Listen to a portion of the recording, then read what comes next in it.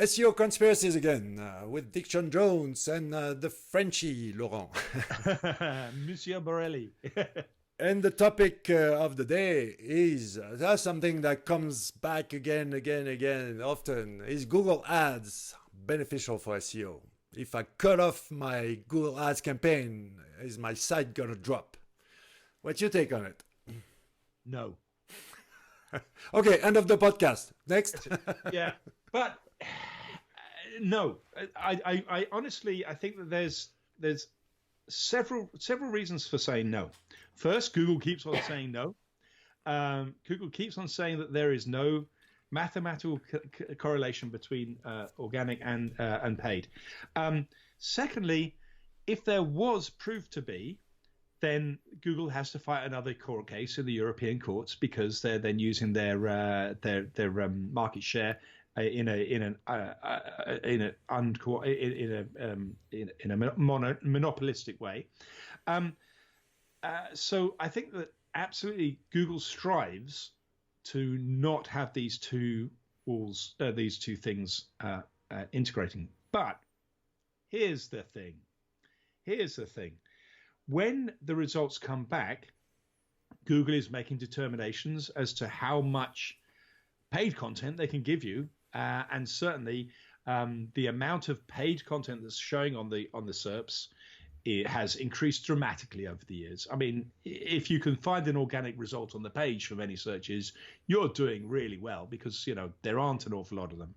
So I think that has a long-term impact, because that does shift the power of a brand that's got money to influence the mindsets of the individual, and the mindsets of the individual will then have a increased propensity to click on an organic result if they recognize the brand. So therefore it's a case of the tail wagging the dog. If you've got a brand, then you're much more likely to get the click. If you haven't got a brand, then it's because you haven't done the paid stuff because Google's blocked the organic results. So you have to build a brand, and you may have to pay to build that brand. So mathematically, no, there is no correlation, but brands have a built-in advantage because of the weight that they can put behind a paid campaign. Does that make sense? Yeah, I haven't looked at this problem many times, but I remember two times where there was some guy who said, "Oh, look, I cut off my Google AdWords campaign and I dropped." And again, those are just two instances. I don't know about all the instances, all the examples of people like that, but those two, it was very obvious that there was a huge paid campaign and there was a little bit of SEO, right? So it was probably like 70-30 or 80-20. And so there was this massive signal. It doesn't matter if it comes from emailing, Groupon, ads, or whatever, Twitter, doesn't matter. But from suddenly it stops, right? There's this massive, I don't know in English if it's the same word, emulsion, agitation from a chemistry standpoint. It agitates. Around the content, there's something happening.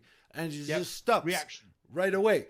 And in my opinion, I think that has more to do with the drop. I mean, the cause of the drop is more this signal just stops. It was so humongous, it stops.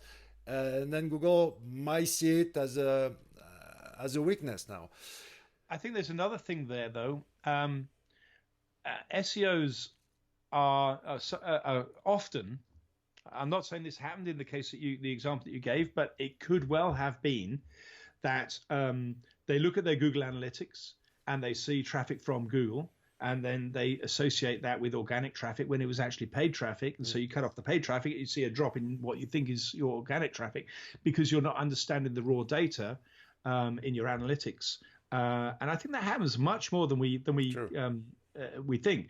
We all look at Google Analytics or Piwik or whatever. Piwik's changed its name. Whatever your analytics system is, but that's trying to measure ones and zeros, and it's not so good at measuring human beings. And and I think that very few of us analyze Google Analytics properly. True.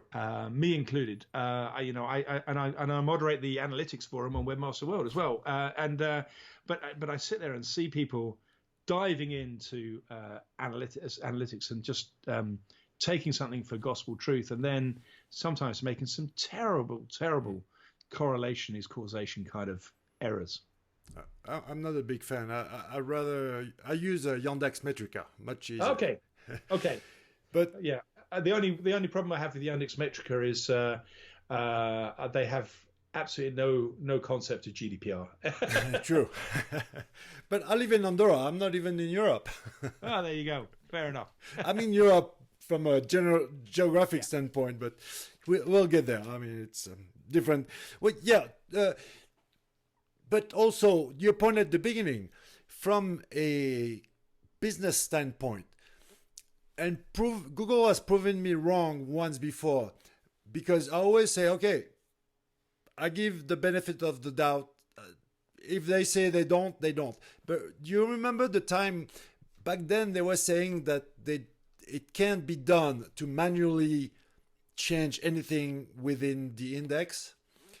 Do you remember back then they saying it was all automated? Yeah. They're saying everything was an algorithm, and then they introduced manual penalties. Yeah, okay. No, they flagged themselves by. Do you remember that incident where they put in Yahoo with Bing, with Bing, saying that Bing was using Google, so they created those strange keywords to make the example, to say, okay, look, if those keywords are in Bing, it's because they copy us. But it's also meant that they created those keywords and those so basically, yeah, that's a different story. So I'm ready to believe them, but also I don't see how you can give the power to a AdWords rep to press a button to exit a website. I don't see it feasible because, like you said, if it came out, Google would be in big trouble. Yeah. Where it did come out, though, where there was an overlap is I remember Raven Tools. I don't know if you remember Raven Tools. They were they still are, I think, a pretty cool tool set. But there were a bunch of people that were using the AdWords Planner APIs to estimate organic traffic. And all of a sudden, Google decided, right, you're only allowed to use the AdWords Planner for paid campaigns. So therefore, we're going to block everybody from using the AdWords Planner for estimating keyword density or keyword volume. And they banned a whole load of SEO tools for that kind of thing, or took away the API. Now that was a case of, these two technologies, or the paid versus the organic, coming together and blending. And so there are instances where not the actual advertising out there is part of it, but certainly the two supposedly Chinese whisper walls, separating them. They can't separate them completely because there's only one page of the results, and Sure. they blend these things in. So there are technologies that cross those divides. One thing for sure is that within Google, the ads team is rolling the rest. I mean, they have unlimited budget, they have the best engineers, they have the best everything in the ads part. And the search part, I remember a talk where there was the guy from, not from Yandex, the guy from, you remember when Demos started a search engine? But whatever. Oh, that thing beginning with C. Yeah, but okay, there was the guy from Bing, there was Matt Cutts, and the third guy. And Matt Cutts was saying, okay, yeah, at first I started with the AdWords, right? And the guy from Bing told him, yeah, and you weren't good enough, so that's why they put it at the search team. But harsh. That's harsh, but that's the truth. If you're not good enough for AdWords, you can end up in search. I think there's plenty of people in the search team that would be very upset that you said that. Probably including Matt Cutts actually, even though he's left. That's the truth. I mean, within Google, the ads people they make everybody eat, so they roll everything. You say that, but the people running Google now at the top are not on the PPC side. They're not on the paid side. Nope. They're in fact they're not on the original PageRank side either. They're in the semantic stuff. They're top rank brain. We'll talk about it we talked about it already actually. We did. Yeah, we've done it. Yeah. But we're bringing that again. That's a good question. Who is rolling Google right now? Because I forgot which podcast it was, but it was in the title. So maybe we gotta jump into the next. Which is how fast is fast enough? Okay. Page speed, you gotta. It's the race at be the fastest, but for SEO, how fast do you need to be? Okay. Okay, latest.